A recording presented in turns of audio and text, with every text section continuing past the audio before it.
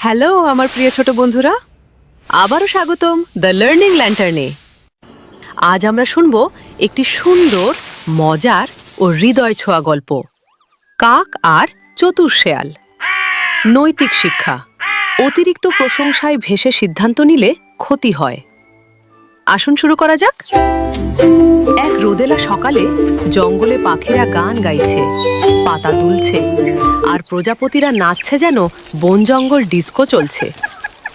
পুরনো অশ্বত্থ গাছের ডালে বসে আছে মিস কাউ কাউ, সবচেয়ে ঝকঝকে কাক।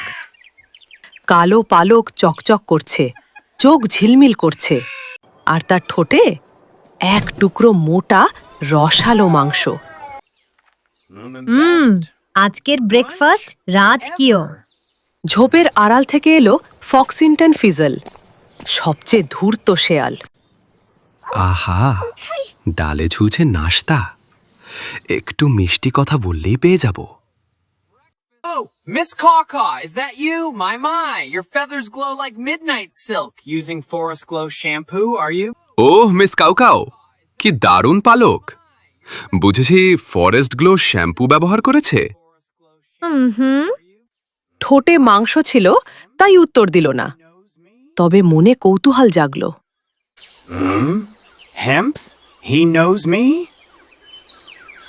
আর ওই চোখ যেন পূর্ণিমার রাতের জোনাকির আলো। কিন্তু আসল রত্ন তো তোমার গলা।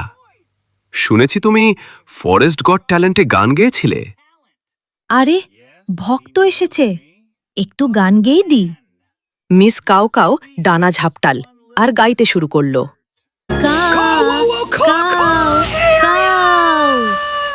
ঠোঁট থেকে মাংস পড়ে গেল, গড়িয়ে ঘুরে ধপ সোজা শেয়ালের সামনে। গান পরে হবে, খাবার আগে।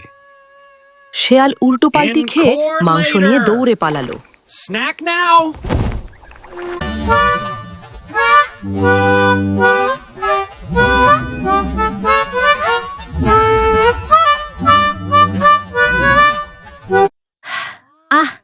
আবারও প্রশংসায় ফেসে গেলাম। তাই বাচ্চারা, মনে রেখো, অতিরিক্ত প্রশংসা শুনে কখনো মাথা ঘুরিয়ে ফেলো না। যখন প্রশংসা হয় অতি মিষ্টি, সাবধান, সেটা হতে পারে চালাকি। Do not let flattery cloud your judgment. দেখার জন্য ধন্যবাদ আমার প্রিয় বন্ধুরা। আবার দেখা হবে আরও একটি সুন্দর গল্প নিয়ে।